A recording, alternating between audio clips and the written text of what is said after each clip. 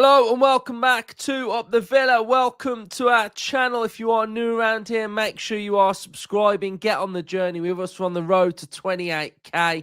If you can hit that like button, there's also, I don't know how this works. I don't know what you got to do. There's a hype button there as well. So if you hype the episode up, I think you get points or something. I have no idea, but I've just seen a hype button doing the rounds. And comment your thoughts, goes off like a fan forum every single time. It's game week.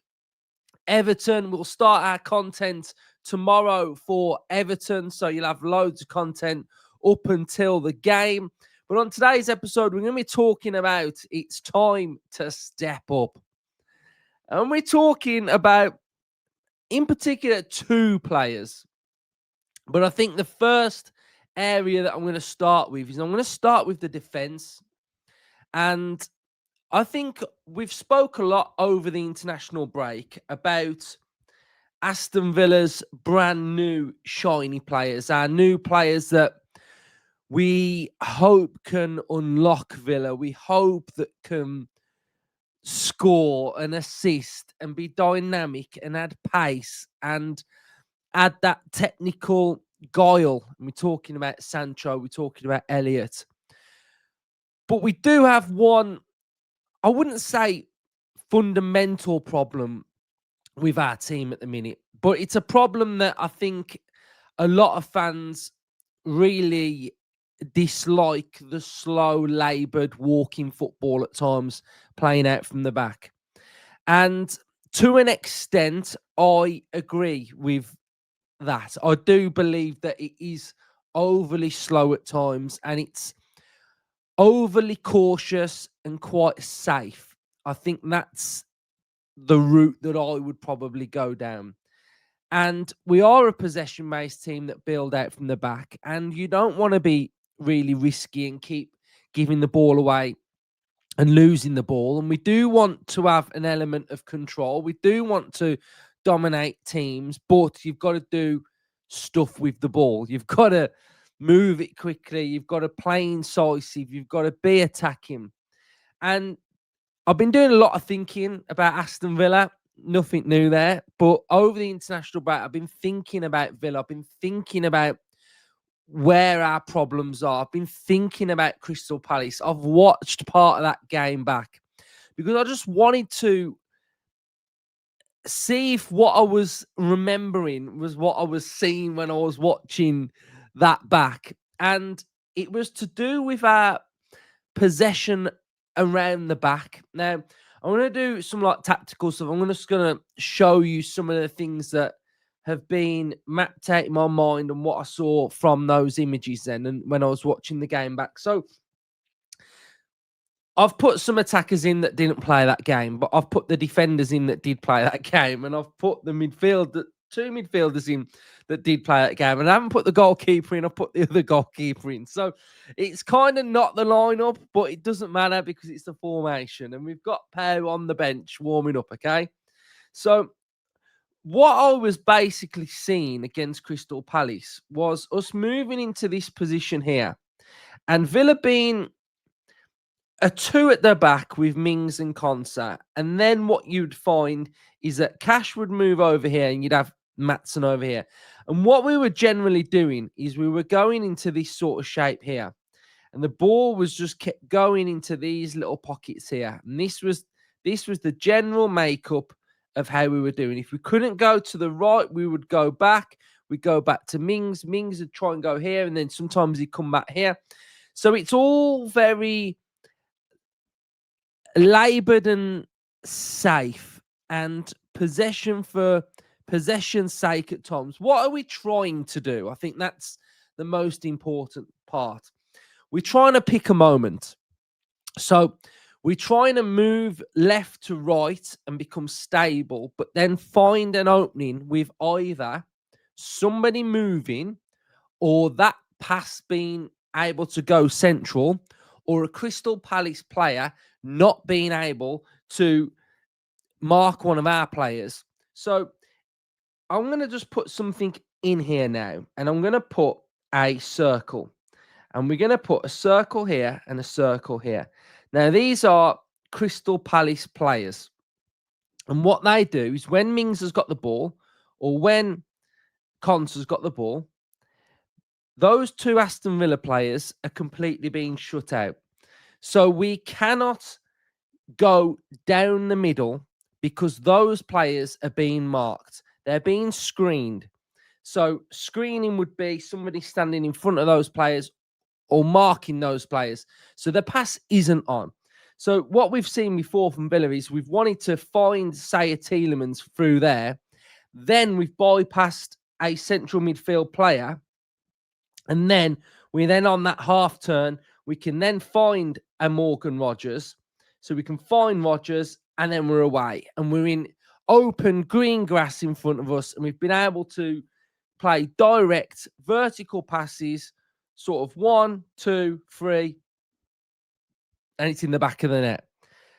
What's happened with Villa is that a lot of teams know that Aston Villa are very dangerous vertically. You know, we are probably one of the best teams being direct vertical team going because we're so clinical at being able to make that happen. But what is happening is teams are shutting us out in central midfield. They're making it very compact because they know where Villa's threat is. They know that Villa's threat is in this area of the pitch.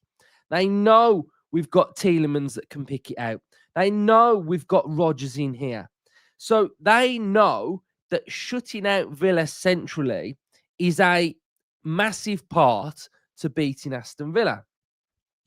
So that leads me on to thinking about Pau Torres. Now, whether you are preferring Mings or you're preferring Pau, that's totally fine. That's your opinion. But I prefer Pau Torres because for the way that we play, Pau is the best player that we've got for the way that we play. And yes, I understand that Pau Torres isn't the best defensively, but you've got to add players around him that cover up for the areas that he's not as strong at. He's not as good at defending. He's not as good at winning aerial duels. But he was never signed to do that. He was never signed to be that player because he wasn't doing it in La Liga. He wasn't this monster, colossus defender at the back. He's a ball-playing centre-half. And for Villa, we are a possession-based football team that need, in my opinion, to have Pau Torres in the team. Now, I'm not saying every week, game dependent. Sometimes you might need Tyrone Mings, just like some games you might need Guesson or you might need Daniel Marlon or you might need Matson or Digne. So I'm not saying it's about Pau every single week, but it's about knowing that the way in which we're playing, Pau is far superior at playing out from the back.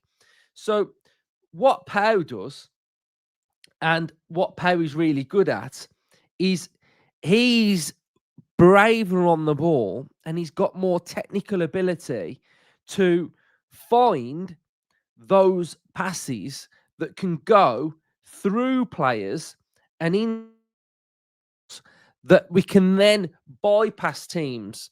And he's got that in his locker to be able to do that.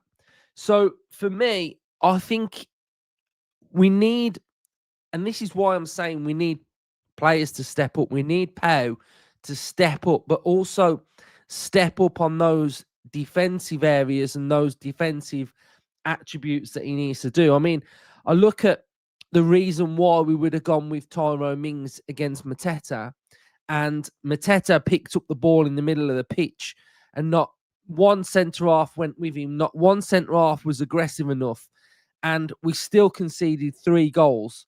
So I think factually we do win a lot of games with Tyrone Mings, but if we can all admit that playing out from the back, we're really ponderous, we're really slow, we need the tempo to change, then for me, you've got to have your best ball-playing centre-half in the team to be able to unlock teams, to be able to play through these teams. So that is just basically my vibe on Villa playing out from the back. He can play those little chipped diagonals, those little cross-field balls as well. So I think Pau probably does need to realise that he needs to be stronger, more aggressive, and when he gets into a scenario where he's got to realise he needs to be defensively strong, then he's got to bring that to his game, to be honest. So I think I would like to see Pau back in for Everton. I think,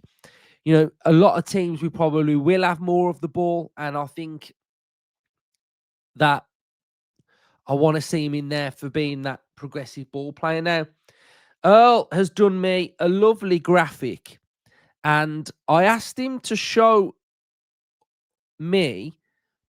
I wanted to see progression. I wanted to see the comparison between Pau and Mings with the ball, carrying out progressive carries, progressive passes. And this is the graphic that Earl has done for me. So we can see that Tyrone Mings is in the red and Pau is in the dark. So we can see that progressive passing distance per pass, Pau Torres is far superior. So the range of pass that Pau Torres has got is better. So that pass could come from a long range. It could from a little chip, a little dink. It could be that little slow drag that he does on the ball that just goes into the feet of Rodgers or Tielemans. That pass, it has got distance to it. Progressive carrying distance per carry. And we can see that Pau Torres, again, is better. Pau will be progressive and carry the ball out from the back as well, which is something that I feel like we've lacked this season. And dispossessed per touch, Mings is better. But I probably would say that Pau is taking that riskier pass that's been dispossessed more. So I just wanted to show you the comparison of the progression of both centre halves. Now, I know, I've got people screaming at their devices, but now show the defensive side of things. So I am going to show you the defensive side of things because it's only fair that we merge the two together and we see the comparison of Mings being better at one thing or the other. Right, so where shall we start? We shall start with let's start. So this is Pau. Let's start with the defensive side of things then, because this is where we've got to start then. So Pau is averaging 1.03 tackles per 90, and Tyrone Mings is averaging 0.58. So Pau is making more tackles. Tackles 0.42 for Tyrone Mings. And for Pau, we've got 0.67. So Pau is winning more tackles per 90, and he's winning more of those tackles. If we have a look at interceptions, clearances, and errors, we've got Pau at 0.46. We've got 1.49 combined, clearances 3.05, and errors 0.11. If we go to Tyrone Mings, we have got interceptions 0.69, tackles 1.27, clearances 4.29, errors 0.11. So what I'm getting from that is there's not a lot in it. There's not a lot in that at all. Aerials, Tyrone Mings is obviously going to win more of those aerials. So who have we got here? We've got Tyrone Mings is at 2.17 aerials won, and that's at 55.4%. Pau's definitely going to be less than that. So Pau's at 40.6%, and he's winning 0.92 aerials per 90.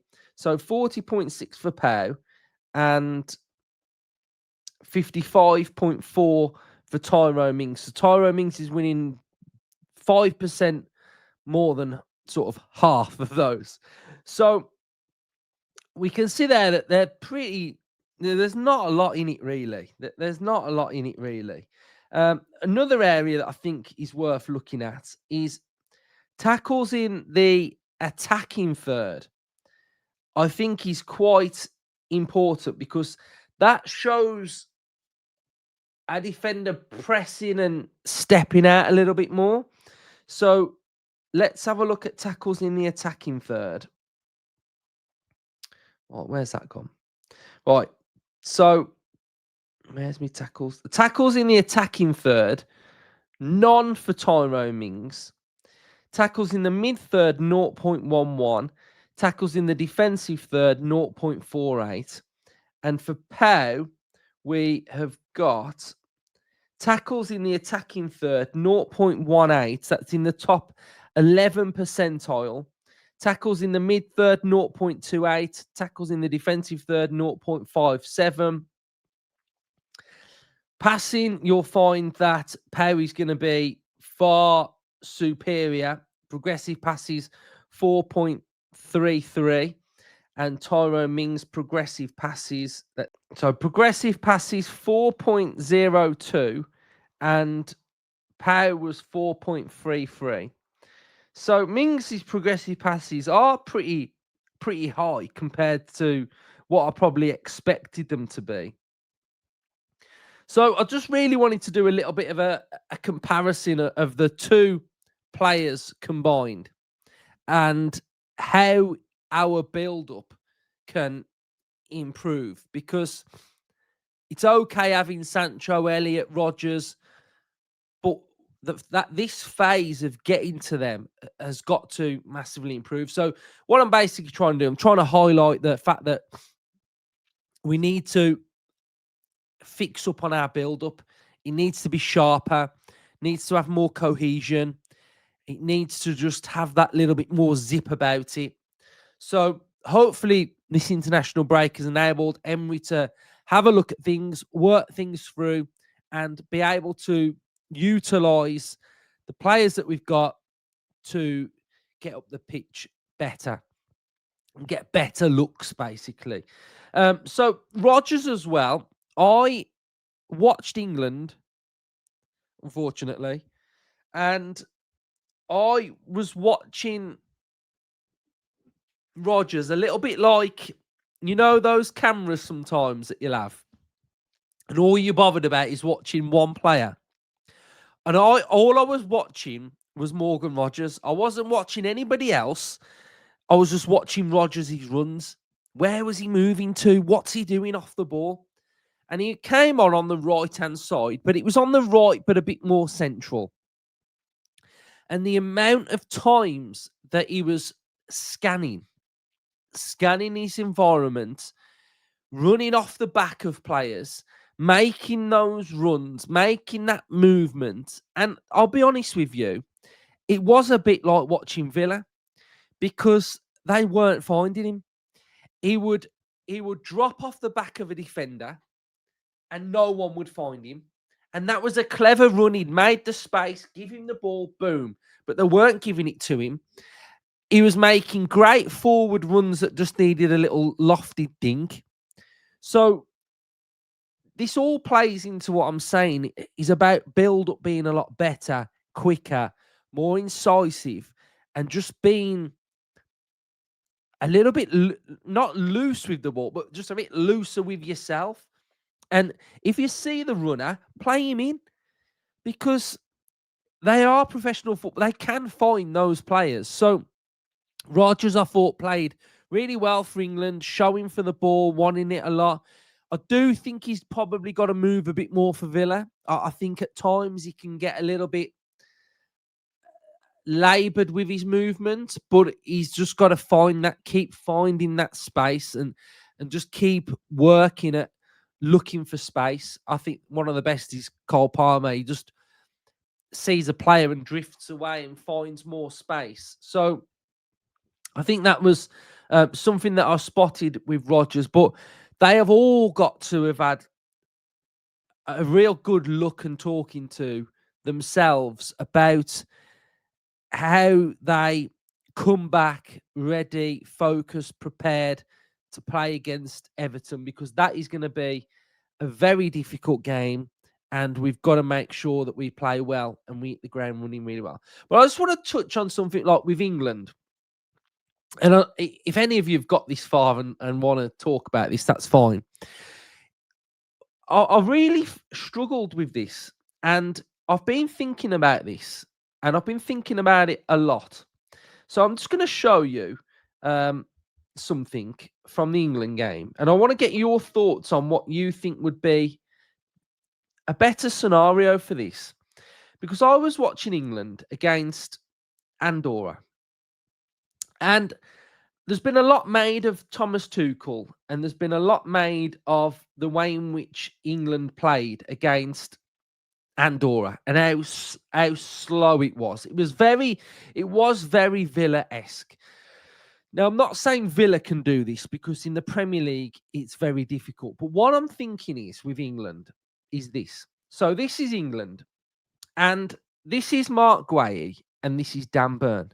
And against Andorra and all of these teams that we're playing that are far less superior opposition to England, England played with Dan Burn and Mark Guehi. Now, Dan Burn was getting on the ball a lot for England. Look at this heat map of Dan Burn. He's getting on the ball. He's driving into his own half. He's taking loads and loads of touches. Why don't England put a central midfielder at the back instead of Dan Burn? So you'll play with Mark Guehi and you'll play with a central midfielder, because that way they're not troubling us at the back. They are not troubling us whatsoever. But if you put a central midfielder there, you could even put Declan Rice there, who's probably played at centre-half before.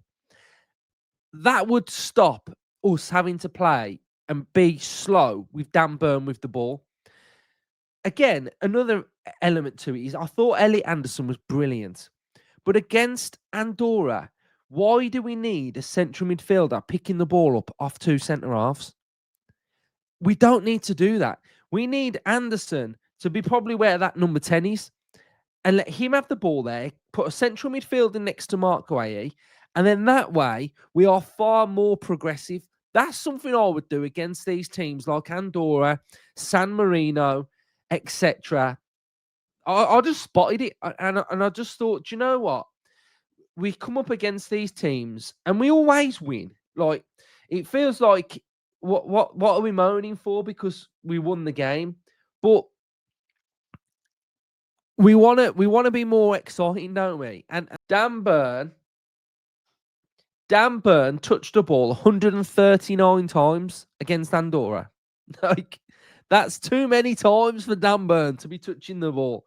And it's not anything against Dan Burn. It could be anybody. If it was Konsa or if it was anybody, I'd be saying the same thing about the player that's playing on this side that's touching the ball far too many times. So it's just interesting that when you've got a defense that's playing possession-based football, you need somebody who is progressive, just like what I'm saying about Pau Torres. Pau Torres, for me, has got to play in this team because he's the only one that can play those progressive forward passes. So those are my thoughts on Aston Villa playing out from the back. I would love to hear your thoughts. It's kind of why I do these episodes. I bring my thoughts and then you guys can go away and comment on your thoughts on what you think. So cheers everyone for watching. Up the Villa.